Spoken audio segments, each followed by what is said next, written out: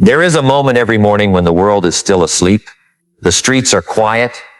The phones are silent. The arguments have not started. The demands have not arrived.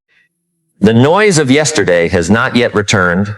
And in that strange, beautiful silence, you are given a choice. You can turn over in your bed and return to sleep. Or you can rise, not because you feel like it. Not because it is easy. Not because your body is begging you to get up. You rise because something inside you understands that there are moments in life that are more valuable than comfort. And perhaps you have never thought about it this way, but sometimes the first battle of your day is not against another person. It is against the version of yourself that wants to remain asleep. Think about that. Before you fight for money, you fight for discipline. Before you fight for success, you fight for attention. Before you fight against failure, you fight against your own excuses. And before the world gets a chance to tell you who you are, there is a quiet moment in which you decide who you are going to be. That moment may come before 5 a.m. The alarm rings. You open your eyes. For a few seconds, you know exactly what you should do. And then the mind begins negotiating. Just 5 more minutes. It is too cold. I slept late. I will pray later. I am tired. I need rest. And notice something. The body does not need a lawyer. It already has one. Your mind can build 1,000 arguments in 5 seconds to protect your comfort. And that is where the real lesson begins, because this is not merely about waking up early. It is about learning what happens when you repeatedly choose what is right over what is comfortable. It is about discovering whether your decisions are controlled by your values or by your feelings. Let me ask you something. If you cannot get yourself out of bed when you know there is something sacred waiting for you, what happens when life asks you to get out of bed for something much harder? What happens when your business fails? What happens when someone rejects you? What happens when money becomes tight? What happens when your confidence disappears?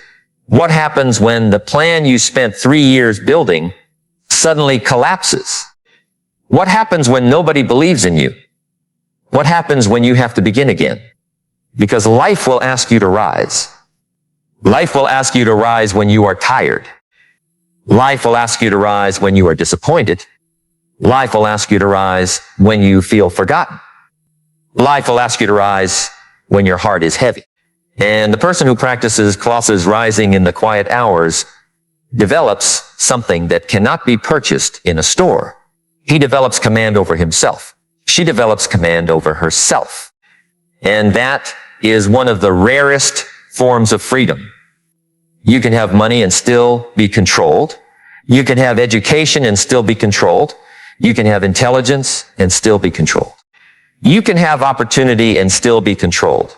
Because if every desire can command you, you are not free. If every distraction can command you, you are not free. If every emotion can command you, you are not free. If every notification can command you, you are not free.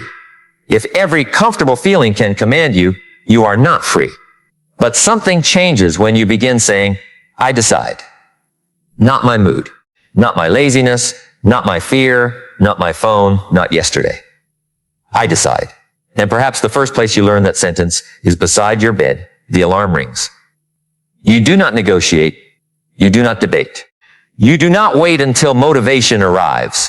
You remember why you are getting up. You remember that there is a prayer to answer.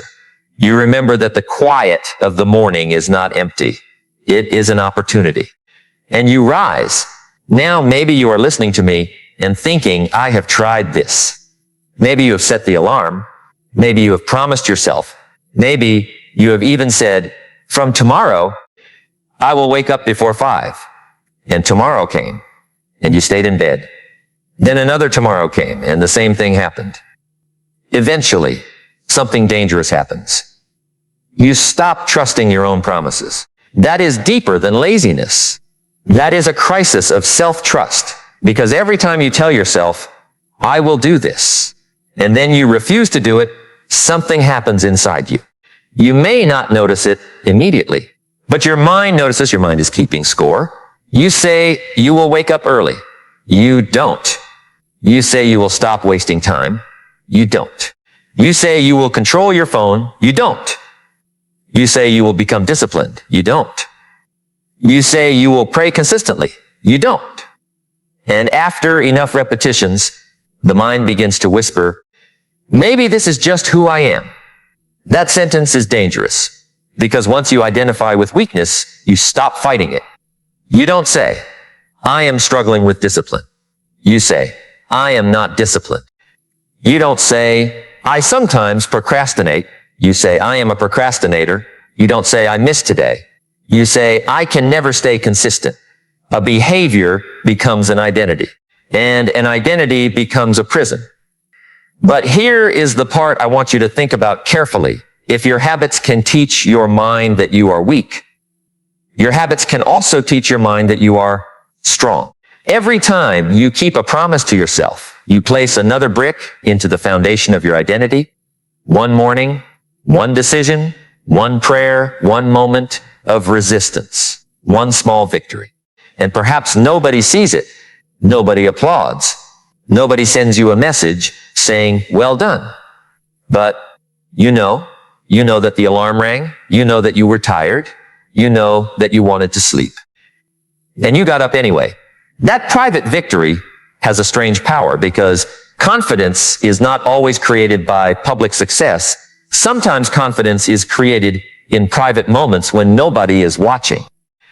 A young man once told me about a period in his life when everything seemed to be going wrong. He had lost money, his plans had failed, his friends had moved ahead. He was embarrassed by his circumstances. Every morning he woke up late. He would reach for his phone before he even got out of bed. He would scroll. He would compare. He would see someone traveling, someone buying a car, someone getting married, someone building a business, someone announcing an achievement. And within 20 minutes of waking up, he already felt behind. He told me, I hadn't even stood up, and I was already losing the day. That sentence stayed with me because how many people do exactly that? They open their eyes and immediately open the door to the entire world. Moss, news, argument, entertainment, comparison, other people's lives, other people's opinions, other people's success. And before they have had a moment with themselves, their attention belongs to everyone else. So he decided to change one thing, not everything. One thing. He would wake before 5, not to become rich overnight, not to become famous, not to prove something to his friends. He simply wanted the first moments of his day to belong to prayer, reflection, and intention rather than his phone. The first morning was miserable. He heard the alarm. He turned it off. Then he remembered the promise. He sat up. He nearly lay back down, but he stood. He made his preparation for prayer. And when he finished, he sat quietly. Nothing dramatic happened. No miracle appeared in the room. His financial problems were still there. His unanswered messages were still there. His failures were still there. But something had changed. He had won one battle. The next morning, another, then another, and after several weeks, he said something that was much more important than I wake up early now. He said, I trust myself again. Think about the power of that. Not I feel motivated. Not my life is perfect. Not I have solved everything. I trust myself again. That is what disciplined action can restore. And perhaps this is why waking before 5 for morning prayer can become much more than a routine. It can become a daily meeting between the person you have been and the person you are becoming. Every morning ask the question, who is in control today? Your impulses or your principles, your comfort or your commitment, your old identity or your future identity? The answer is not given by what you say. It is given by what you do when the alarm rings. Now I want you to think about something else. Why is the morning so powerful? Because at night, the world has already exhausted your attention. You have dealt with people, work, family, Problems, moms, decisions, temptations, stress, lies. And by the time the day ends, your mind is carrying pieces of everything. But before dawn, there is a different atmosphere. The world has not yet demanded anything from you. You can think. You can pray. You can breathe. You can remember what matters. And there is something psychologically powerful about beginning the day from stillness instead of chaos. You stop reacting. You begin responding. That distinction can change a life. A reactive person wakes up and asks, what does everyone want from me today? A deliberate person wakes up and asks, what kind of person am I going to be today? One begins the day under pressure. The other begins with purpose. One spends the day chasing. The other spends the day choosing. And perhaps that is why you need to protect the first moments of your morning. Because attention is one of the most valuable things you own. Money can be lost and earned again. Time cannot. Attention can be redirected. But every morning you give away the first portion of your attention, you are training your brain to believe that everything outside you deserves immediate access. That is why the phone beside your pillow can become more than a device. It can become a command center. It tells you what to look at, who to respond to, what to fear, what to compare, what to desire, what to worry about. And suddenly, you have spent the first hour of your day living inside other people's priorities. Then you wonder why you feel distracted. Maybe the problem isn't that you don't have enough time. Maybe the problem is that your attention has been claimed before you even begin. This is why the quiet morning matters. You are reclaiming your attention. You are saying, for these first moments, I will not be pulled in every direction. And then something deeper begins. You start noticing yourself. You start noticing the thoughts you normally drown out. The fear, the insecurity, the regret, the dream, the question you've been avoiding, the apology you need to make, the habit you need to change, the person you need to forgive, the work you need to begin, the life you keep saying you want. Silence reveals things noise hides. And that is one reason many people avoid silence. They are not afraid of the dark. They are afraid of what they might hear inside themselves when everything becomes quiet. So they keep the television running, the phone running, the music running, the conversation running, the notifications running, anything to avoid sitting with themselves. But the person who learns to sit quietly in the morning develops an inner relationship that most people neglect, the relationship with self. And prayer adds another dimension, because prayer is not simply an item to check off a schedule. For the believer, it is a reorientation, a reminder that you are not the center of the universe. Your problems are not the whole universe. Your failures are not the whole universe. Your ambitions are not the whole universe. You begin the day remembering that there is something greater than your anxiety, greater than your ego, greater than your temporary circumstances. And that perspective can change the way you walk into the day. You may still have problems, but you no longer carry them in exactly the same way. You may still have uncertainty, but uncertainty no longer has to become panic. You may still have ambitions, but ambition no longer has to become arrogance. You may still have pain, but pain no longer has to become hopelessness, because the morning has reminded you. You are responsible for your effort. You are responsible for your character. You are responsible for your choices. But you are not required to control everything. There is peace in understanding that difference. Now let me take you somewhere deeper. Suppose you wake up before 5 tomorrow. You pray, you sit quietly. Then you go through your day. You work, you study, you struggle, you make mistakes, you get tired. At night, you sleep. Then the next morning comes. You do it again. It may not look like transformation. It looks ordinary. That is the secret. Transformation often looks boring while it is happening. People want transformation to feel dramatic. They want a breakthrough, a sudden opportunity, a perfect morning, a life-changing announcement. But most lives are not changed by one giant decision. They are changed by small decisions repeated long enough to become character. Think about a wall being built. One brick does not look impressive. 2 bricks do not look impressive. 10 bricks may still look ordinary, but keep placing them. And eventually, what looked insignificant becomes a structure. Your life works the same way. 1 early morning, 1 prayer, 1 controlled reaction, 1 page studied, 1 workout, 1 difficult conversation, 1 hour of focused work, 1 temptation resisted, 1 unnecessary expense avoided, 1 negative thought challenged, 1 promise kept small, almost invisible, but repeated, and repetition creates identity. Identity creates behavior. Behavior creates results. Results eventually create a life. That is the compound effect. People often ask, how did this person become so disciplined?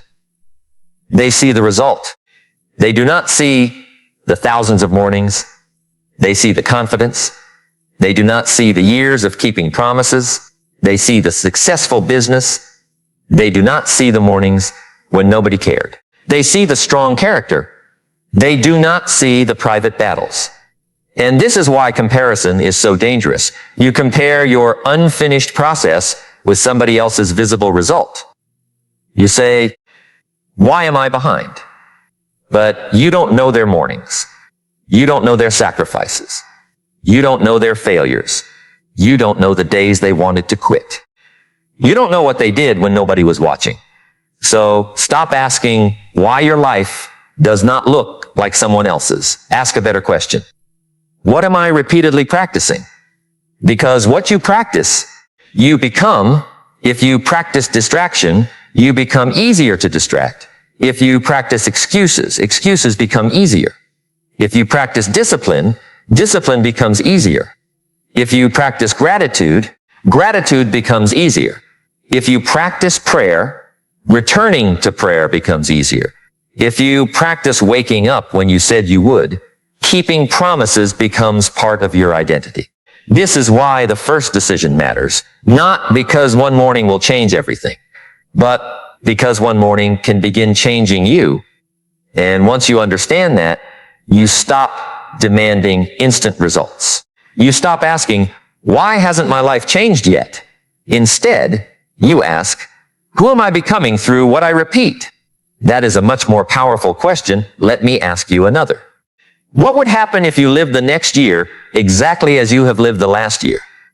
Same bedtime, same distractions, same excuses, same screen time, same procrastination, same negative thinking, same inconsistency, same avoidance, same reaction to stress, same relationship with prayer, same relationship with your goals. Where would you be 12 months from now? Don't answer quickly. See it. Imagine it. 1 year passes, your calendar changes, your age changes, the world changes, but your habits remain the same. What would your life look like? Now imagine another version. You don't become perfect. You simply become consistent. You begin waking earlier, you protect the morning, you pray, you reduce unnecessary distractions, you begin working on one meaningful goal. You read, you learn, you exercise, you control your reactions, you stop making promises you don't intend to keep. You begin keeping small promises. A year passes. Would your life be identical? Of course not. The difference may not appear in one morning, but after 300 mornings, small things become big things. Your confidence changes, your energy changes, your relationship with time changes, your ability to focus changes, your self-respect changes, and perhaps most importantly, your identity changes. You begin thinking, I am someone who does what I said I would do. That sentence is worth more than motivation, because motivation asks, do I feel like doing it? Character asks, what did I decide? There is a difference. Motivation is emotional. Character is structural. Motivation can get you started. Character keeps you moving when the emotion disappears.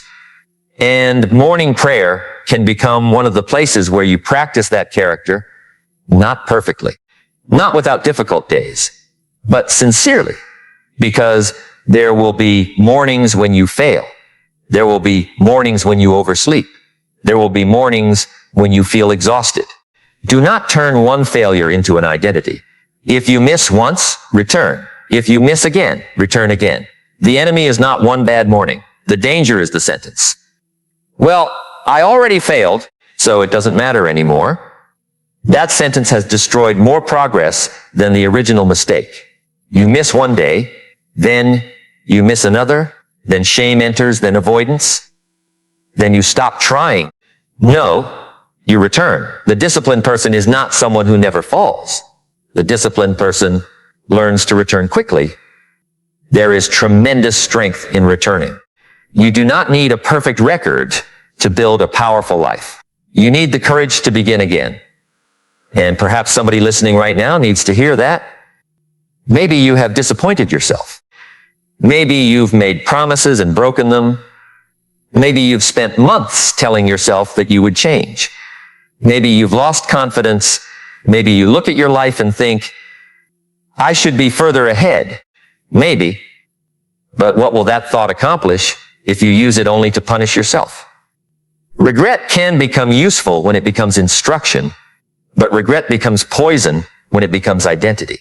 You cannot change yesterday, but you can change the meaning of yesterday by changing what you do next. Your past can be evidence of what happened. It does not have to be a prediction of what will happen. And tomorrow morning is another opportunity to prove that to yourself. The alarm rings. You may feel the old resistance. Good. Now you know where the battle is. You don't have to hate yourself for feeling resistance.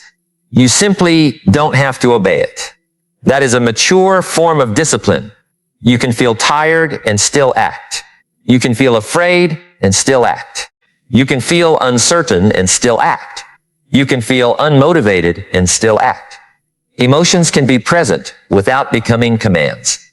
That is emotional strength. Now think about your environment. If you sleep with the phone in your hand until 1 a.m, then expect yourself to wake easily before 5. You are not creating a disciplined environment. You are creating a conflict. You are asking the morning version of yourself to repair what the night version of yourself destroyed. That is not fair. If you want to rise early, you must respect the night. You must understand that tomorrow morning begins tonight. Your morning is not created when the alarm rings. It is created by what you do before you sleep. And this principle extends far beyond waking early. Your future is often created by the decisions that do not look important at the time. The meal you choose, the person you spend time with, the content you consume, the hour you go to bed. The thought you entertain, the expense you make, the habit you repeat, the conversation you avoid, the work you postpone, the boundary you fail to set. Your future is quietly being built every day, whether you pay attention or not. And that should both frighten you and encourage you, because if small negative actions compound, small positive actions compound too. You are not trapped. But you are responsible. There is a difference. Responsibility is not punishment. Responsibility is power. When you say, my life is entirely somebody else's fault, you surrender your power. When you say, there are things I cannot control, but I will control what I can, you reclaim it. Maybe you cannot control the economy. You can control some of your spending. Maybe you cannot control what people think. You can control your character. Maybe you cannot control whether someone rejects you. You can control whether rejection turns into bitterness. Maybe you cannot control your past. You can control what you practice today. Maybe you cannot control every circumstance, but you can control the first moments of your morning. And sometimes that is where rebuilding begins. A man can lose money and rebuild. A woman can lose a career and rebuild. Someone can fail an exam and rebuild. Someone can lose a business and rebuild. Someone can go through heartbreak and rebuild. But before rebuilding a life, you often have to rebuild your relationship with yourself. You have to become someone you can trust again. And that trust is built through evidence, not affirmations alone. Evidence. You tell yourself, I will wake up. Then you wake up. I will pray. Then you pray. I will spend 30 minutes learning. Then you learn. I will stop scrolling after midnight. Then you stop. I will finish what I start. Then you finish. Each action becomes evidence. And eventually your mind has no choice but to update its opinion of you. You are teaching your brain. This is who we are now. That is identity transformation. Not pretending training.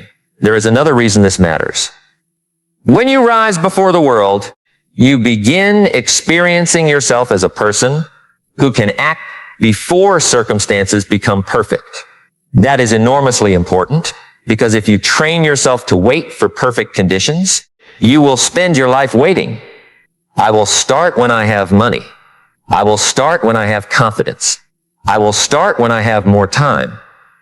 I will start when life becomes easier. But life rarely becomes easier first. You become stronger.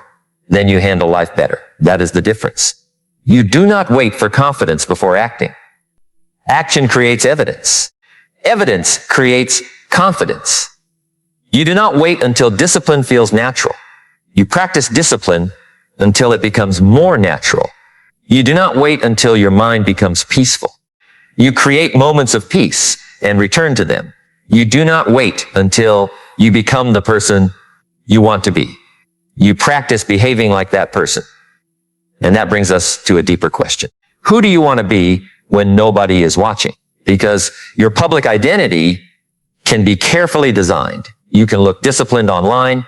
You can post quotes. You can talk about success. You can tell people about your goals. But there is another version of you, the private version, the version standing beside the bed when the alarm rings. That person knows the truth. No audience, no applause, no camera, just a decision. And there is something beautiful about becoming strong in places where nobody can see you, because then your character is not dependent on recognition. You do not need somebody to clap. You know why you are doing it. You know what prayer means to you. You know what discipline means to you. You know what kind of person you want to become. And that gives your life an internal center. Without that center, people become easily manipulated. One person's opinion changes their mood. One failure changes their identity. One insult changes their confidence. One rejection changes their direction. But a person who knows their values can bend without breaking. They can listen without surrendering. They can fail without collapsing. They can be criticized without becoming destroyed. They can succeed without becoming arrogant because they have something deeper than external validation. They have an inner foundation. And that foundation is built quietly, often before dawn. Now, I want you to imagine yourself 5 years from now, not the fantasy version, the realistic version. You are 5 years older. Your current habits have continued. What did they produce? If you continue waking late, sleeping late, consuming everything that captures your attention, postponing difficult work, avoiding uncomfortable conversations, and allowing your emotions to dictate your decisions, what kind of person will you become? Now, imagine the other path, not perfection, consistency. 5 years of getting up earlier, 5 years of prayer, 5 years of protecting your attention, 5 years of learning, 5 years of discipline, 5 years of correcting mistakes, 5 years of getting back up, 5 years of saying no to things that weaken you, 5 years of saying yes to things that build you. You don't need to imagine becoming extraordinary overnight. Just imagine becoming 1% stronger again and again. 5 years is a long time. And the frightening thing is, 5 years will pass anyway. You will be there. The only question is, who will arrive? The person created by repeated excuses or the person created by repeated commitments? You are going to meet that person. You cannot avoid it. Your future self is being built right now. Every morning contributes something. Every night contributes something. Every choice contributes something. And the future does not ask you whether you intended to become different. It simply reflects what you practiced. That is why I want you to stop treating mornings as insignificant. The morning is not just a time of day. It can become a training ground for your character. You are training yourself to rise, training yourself to remember what matters, training yourself to control attention, training yourself to delay comfort, training yourself to begin before you feel ready, training yourself to honor commitments. And once you become better at those things, they begin spreading into other areas.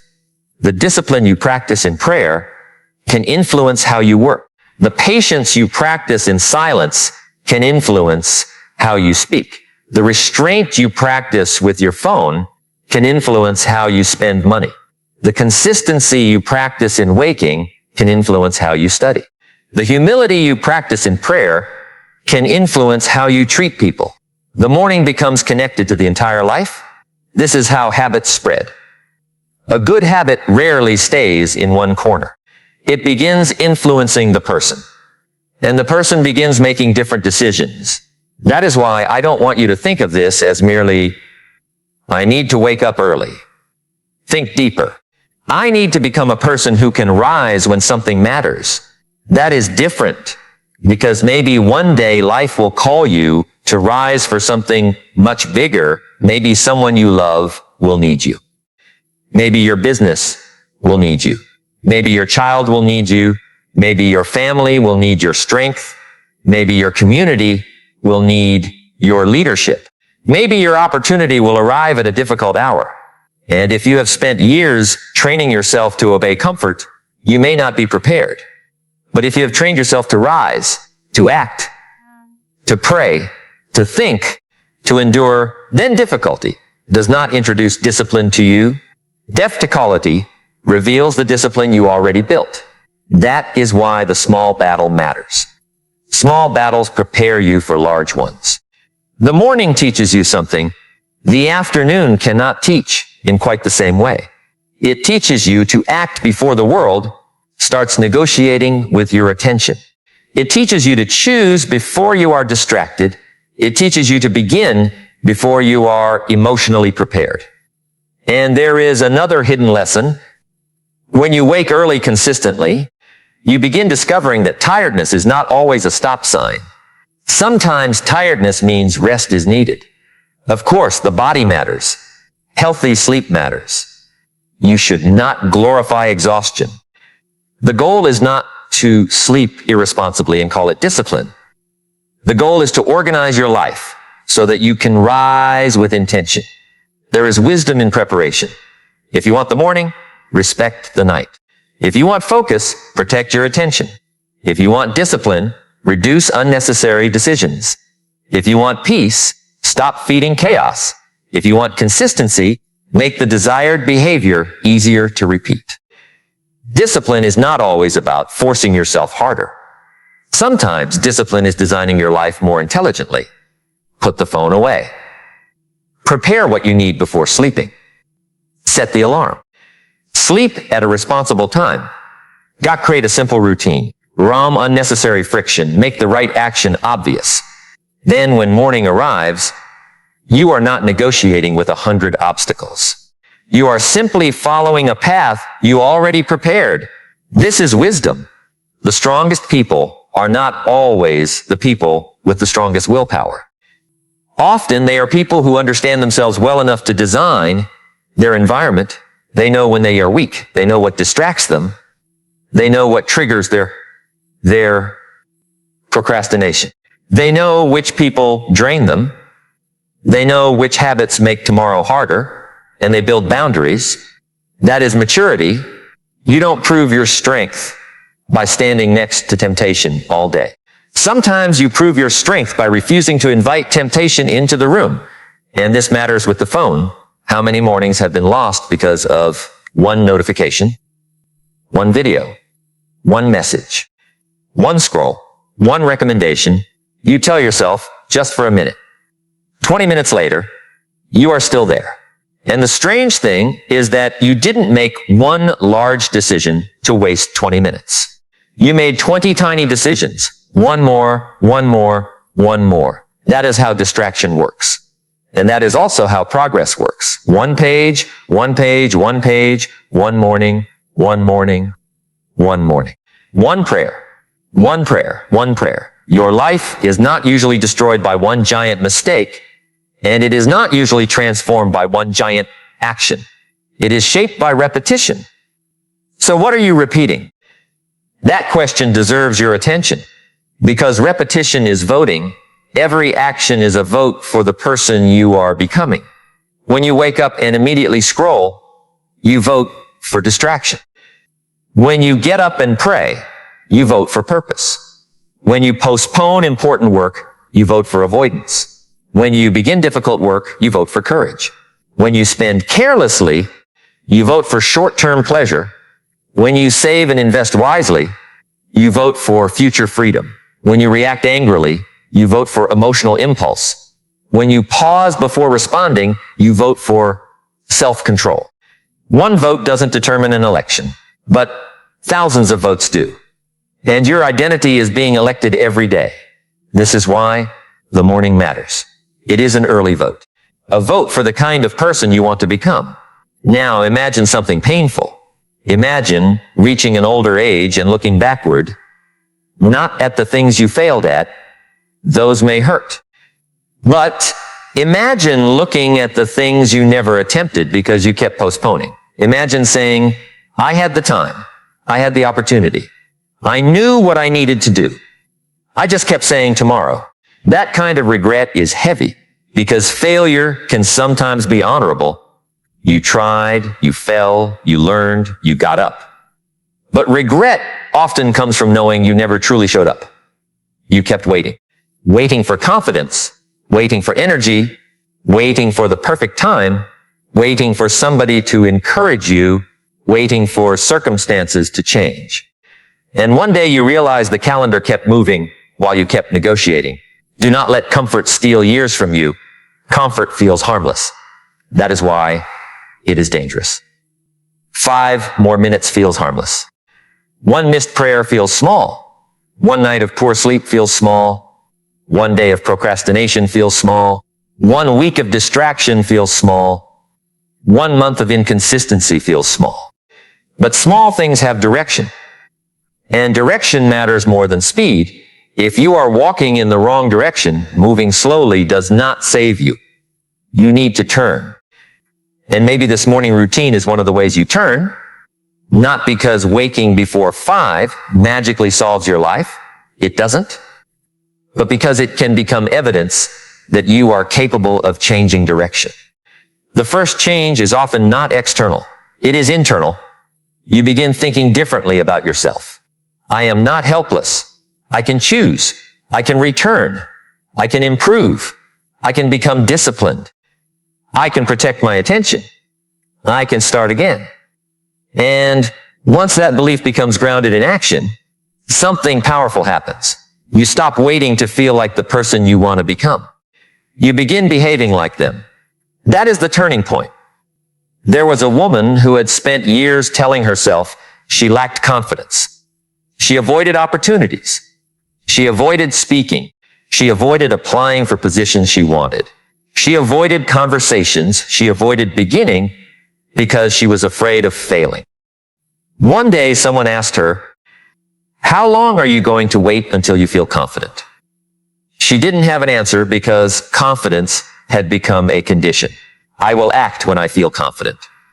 But what if confidence is the result, not the requirement? What if confidence comes after you keep a promise? What if it comes after you face discomfort? What if it comes after you do something difficult while your hands are shaking? So she began with something small. She woke early. She prayed. Then she spent 20 minutes working on the thing she had been avoiding. The next day, 20 minutes again. She wasn't suddenly fearless, but she was no longer completely obedient to fear.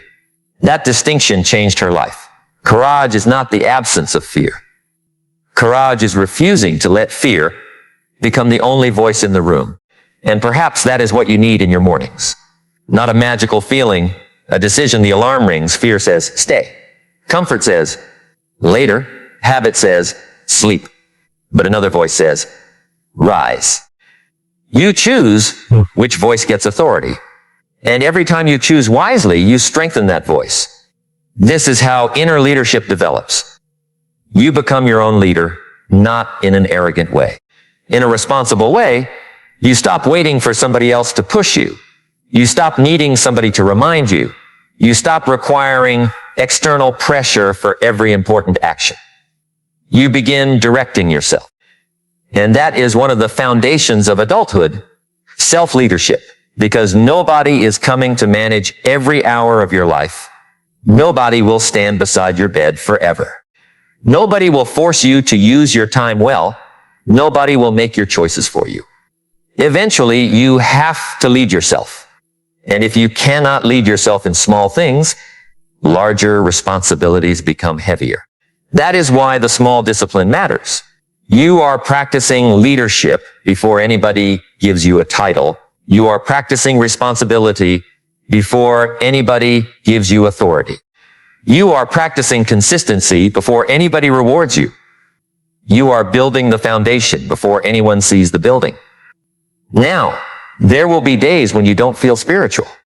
There will be days when your heart feels heavy. There will be days when prayer feels difficult. There will be days when your mind is scattered. Do not confuse emotional difficulty with spiritual worthlessness. A difficult morning can still be meaningful. Sometimes the most meaningful act is returning when you don't feel emotionally powerful. You don't always come with perfect focus. Sometimes you come tired, sometimes confused, sometimes wounded, sometimes ashamed, but you come. And there is humility in that. You don't have to perform strength. You can bring your actual self, the tired self, the worried self, the imperfect self, and begin again. That is why consistency should never mean perfection.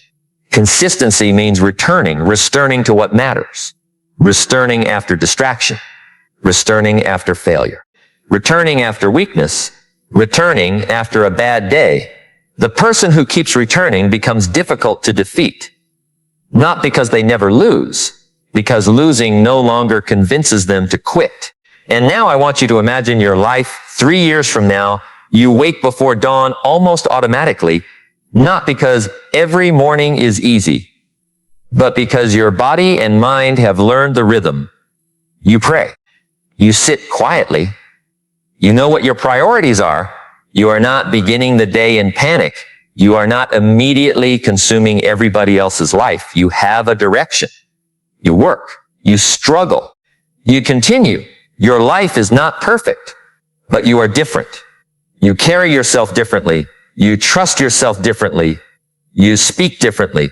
You respond differently. You recover faster. You waste less. You choose better people. You protect your time. You understand that every day has a cost.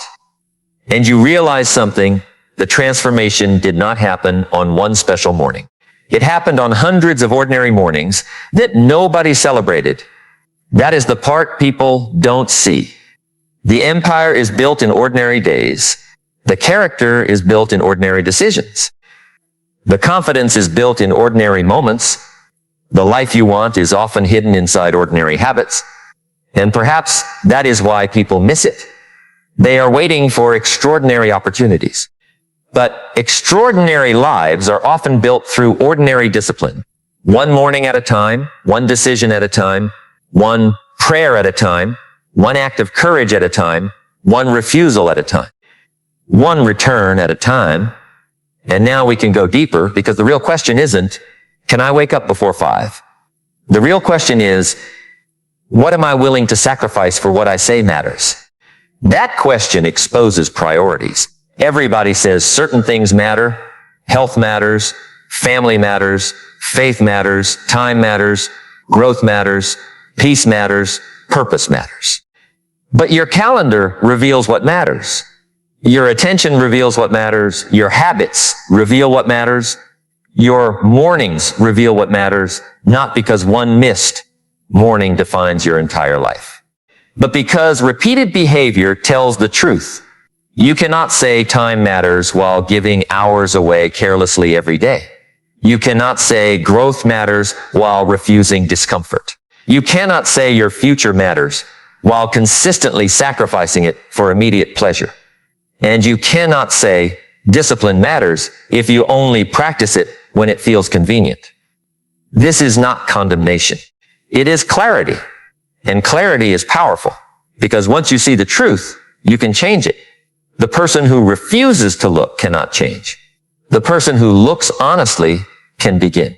Maybe you have been sleeping late because you are exhausted from a life that has no boundaries. Maybe you are scrolling because you are avoiding something emotionally painful. Maybe you procrastinate because the task threatens your identity.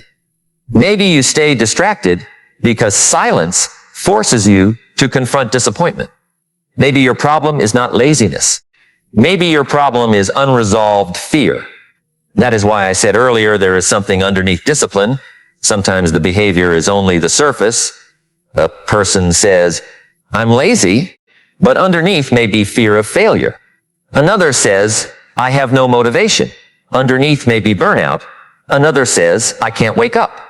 Underneath may be a chaotic sleep schedule. Another says, I waste time. Underneath may be avoidance of a goal that feels too large, so don't merely attack the behavior.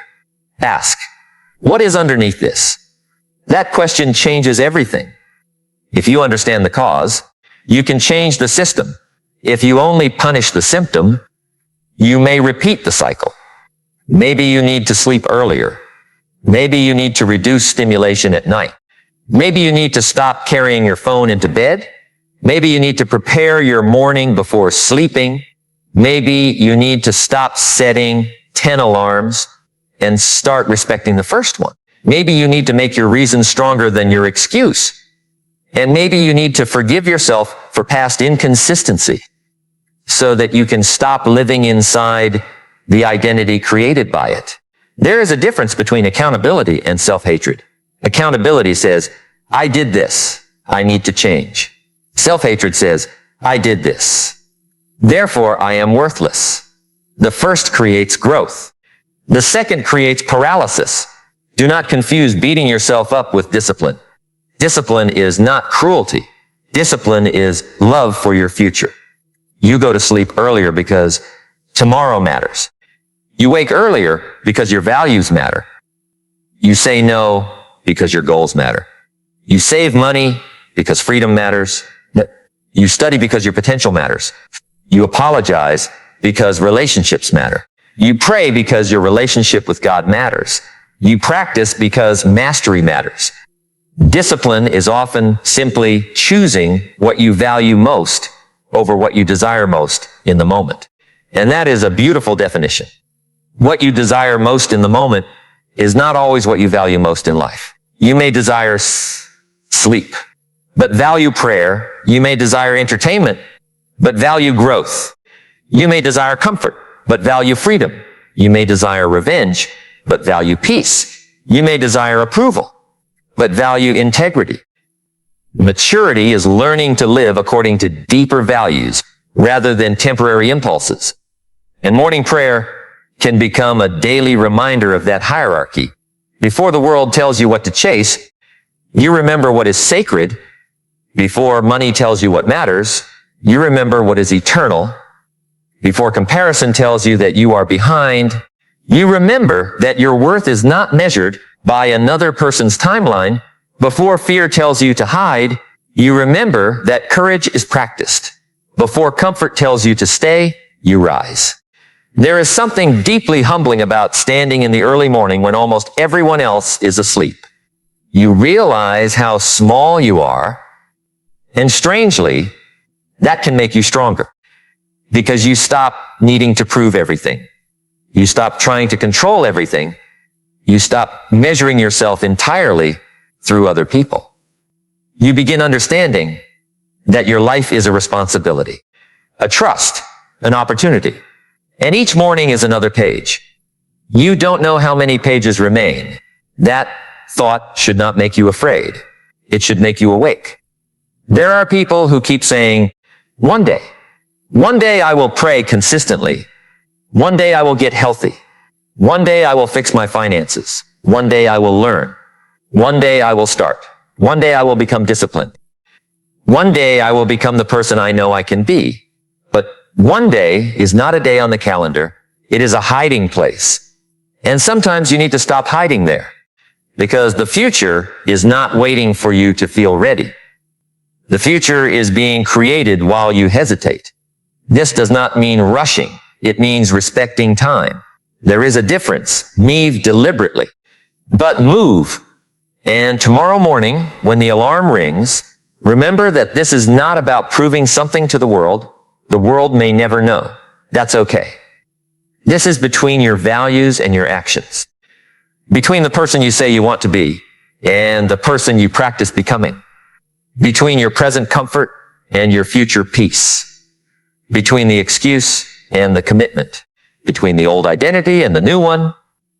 And perhaps that is why the first few seconds matter so much, because the mind will offer a story. Listen carefully. It will say, you need more sleep. Maybe. But if you slept responsibly and prepared for this morning, then perhaps what you need is not another hour. Perhaps what you need is to act. The mind will say, tomorrow will be easier. Maybe. But tomorrow has been saying that for months. The mind will say, you can start next week. You know where that road leads. The mind will say, you're not disciplined. And you can answer, not yet. Those two words can change an identity. Not yet. I am not where I want to be. Not yet. I am not as disciplined as I want to be. Not yet. I don't have the confidence I want. Not yet. I don't have the life I want. Not yet, because not yet contains possibility. It leaves the door open, and every morning gives you another chance to walk through it. But don't make the mistake of thinking that waking before 5 automatically makes you a better person. The hour is not the achievement. What you do with the hour matters. You can wake early and still waste your life. You can wake early and still be cruel. You can wake early and still be dishonest. You can wake early and still be arrogant. The purpose is not merely the clock. The purpose is the character being built. The morning is a tool. Prayer is an act of devotion. Discipline is a means. Character is the deeper objective. You are not trying to become someone who wakes early just so you can tell people you wake early. You are trying to become someone who can govern their life according to what they believe matters. That is much deeper, because eventually the clock becomes less important than the person. Maybe one day you wake at 4:30, maybe another day at 4:45, maybe circumstances change. The principle remains. I rise for what matters. I prepare for what matters. I protect what matters. I return to what matters. That is the identity. And identity survives changing circumstances. Now think about the people you influence. You may not realize it, but your discipline can teach without words. A child watching you, a younger sibling watching you, a friend watching you, a spouse watching you, a colleague watching you. They may never say anything, but people notice consistency. They notice when someone lives according to their values. And perhaps your morning discipline becomes part of a larger legacy, not a legacy of money, a legacy of character. Imagine someone saying years from now, they taught me that you can keep your promises to yourself. They taught me that prayer matters. They taught me that you don't have to live controlled by comfort.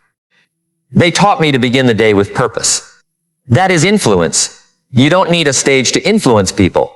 Your life is already speaking. The question is, what is it saying? Is it saying, I am always tired. I have no time. I'll do it later.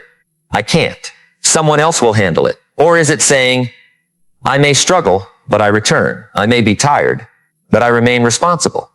I may fail, but I learn. I may feel fear, but I act. I may fall, but I rise. That is the language of character.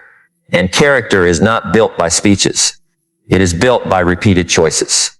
Which brings us back to the quiet moment, the alarm, the darkness, the bed, the decision. There is something almost symbolic about it. You are lying down and then you rise. Every day, in a tiny physical way, you practice resurrection from comfort. You leave the warmth, you stand, you prepare, you pray, you enter the day, and perhaps the world outside has not changed. But you have changed your position inside it.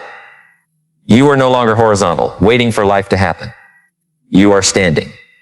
And sometimes that is the first act of courage. Stand when you are disappointed. Stand when you are rejected. Stand when your plan fails. Stand when you lose money. Stand when someone walks away. Stand when people misunderstand you. Stand when your confidence is low. Stand when yesterday was terrible. Stand when you don't know exactly what comes next. Stand because life does not promise you that the road will be easy, but it gives you opportunities to become stronger. And perhaps the deepest lesson of the early morning is not that you must become a person who never struggles. It is that you become a person who does not surrender simply because struggle arrived. You become someone who can carry difficulty without letting difficulty define you. And that takes practice. Practice when the stakes are small. Practice when nobody is watching. Practice before the crisis. Because you don't want to build character during the emergency. You want to have built it before the emergency arrives. That is what these mornings can become. Training, ket training, invisible training, sacred training, a place where you learn to rise, a place where you learn to listen, a place where you learn to surrender what you cannot control, a place where you learn to control what you can, a place where you remember that your life is bigger than your immediate feelings. And if you do this long enough, something subtle happens. You stop seeing the morning as an enemy. You stop seeing the alarm as an interruption. You start seeing it as an invitation to meet yourself before the world meets you.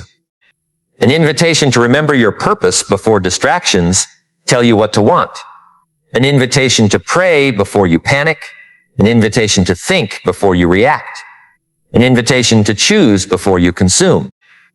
An invitation to begin. And perhaps tomorrow morning, when everything is quiet, you will notice something you have never noticed before. The battle is smaller than you imagine. You don't need to conquer your entire life at 5 a.m. You don't need to solve your finances. You don't need to fix every relationship. You don't need to know your entire future. You only need to make the next right decision.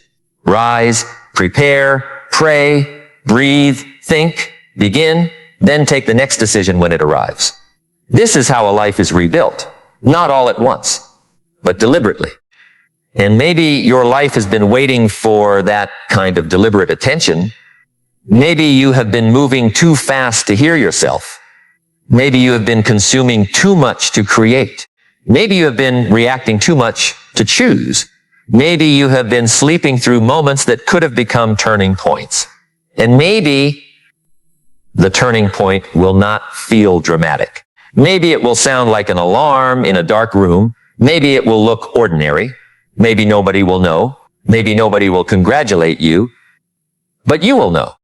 You will know that the old version of you wanted to stay, and you stood. You will know that comfort asked for another hour, and you chose what mattered. You will know that fear said, tomorrow, and you answered with action. You will know that the person you used to be would have negotiated, and this time you didn't. That is how self-respect grows, not through talking, through evidence. You become proud of yourself because you begin behaving in ways that deserve your own respect. And there is a kind of confidence that comes from that which no compliment can replace. You know yourself. You know your weaknesses. You know your temptations. You know your history. But you also know your capacity to return. And that is powerful. Because the person who knows they can return does not need to be terrified by temporary failure. They understand, this is not the end of my story. They keep moving, they keep learning, they keep praying. They keep rising. And one day, perhaps years from now, you may look back at this season of your life and realize that the greatest changes did not begin when you got a new job. They did not begin when you earned more money. They did not begin when people recognized you. They began when you changed your mornings, because changing your morning forced you to change your evenings. Changing your evenings changed your sleep. Changing your sleep changed your energy. Changing your energy changed your attention. Changing your attention changed your work. Changing your work changed your confidence. Changing your confidence changed your decisions. Changing your decisions changed your relationships with time and money. And slowly, quietly, your life began moving in another direction. That is the compound effect, not magic direct. One small decision creates another. Another creates another. And eventually, you look around and realize you are no longer standing where you started. The beautiful part is that the same process works in the opposite direction. One excuse, another excuse, another late night, another distracted morning, another missed opportunity, another postponed goal, another compromise, and one day you wonder, how did I get here? Nobody wakes up one morning and decides to destroy their future. Usually they drift. That is why you must become intentional, because drifting requires no effort. Direct does.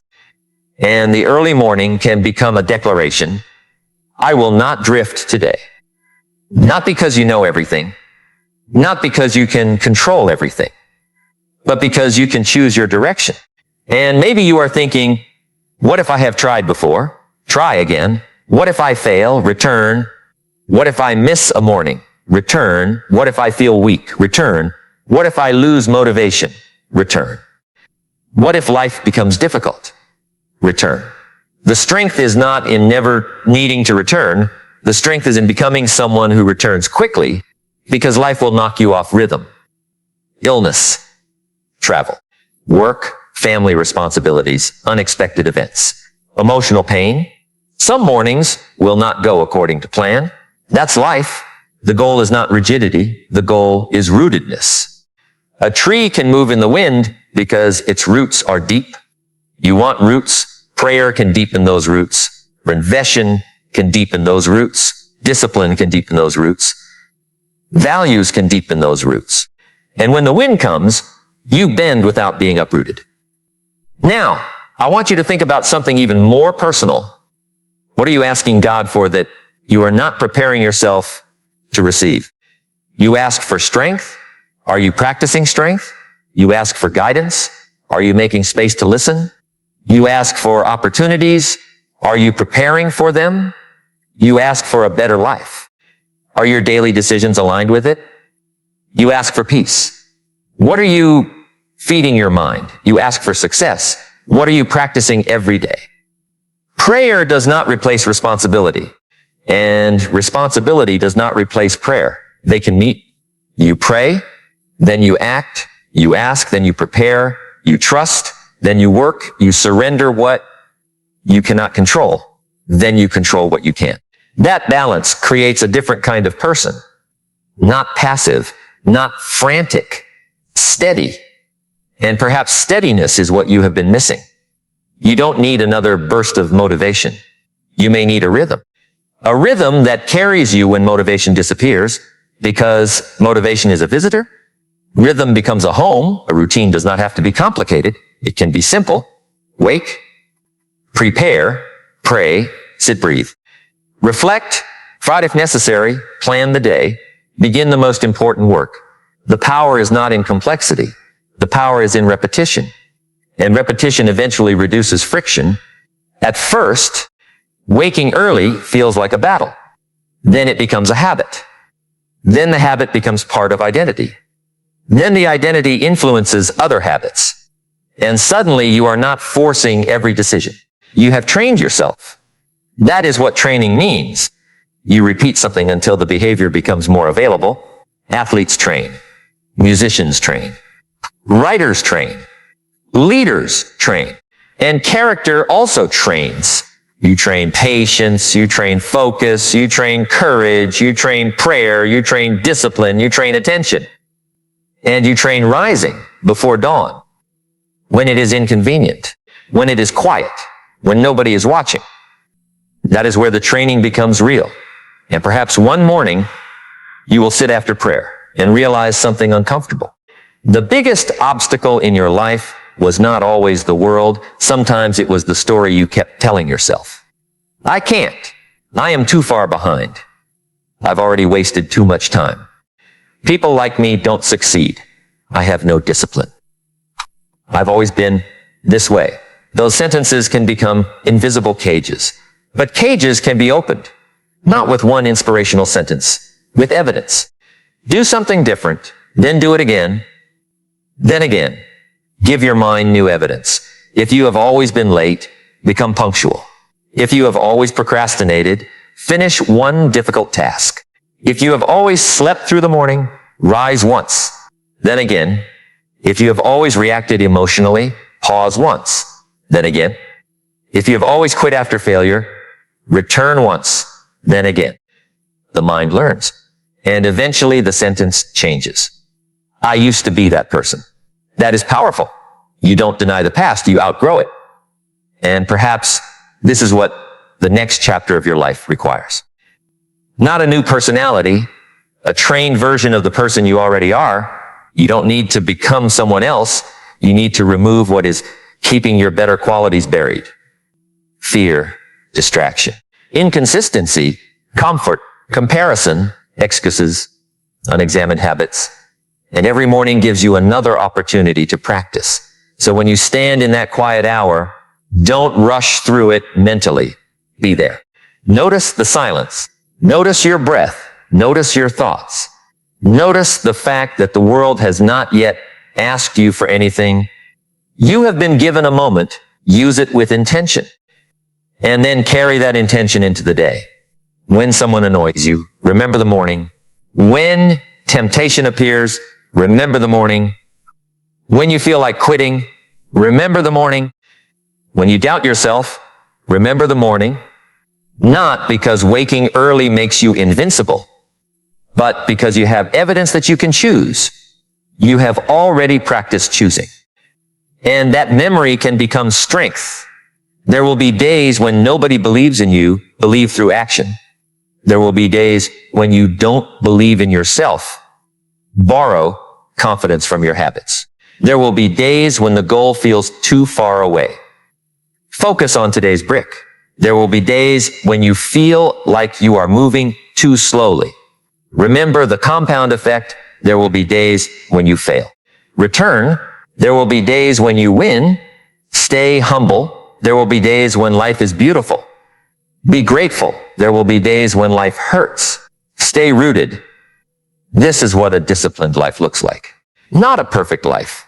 A responsive life. A life that keeps returning to what matters. And now imagine yourself standing 5 years from today. Look back. You remember this version of yourself. The one who was tired. The one who doubted.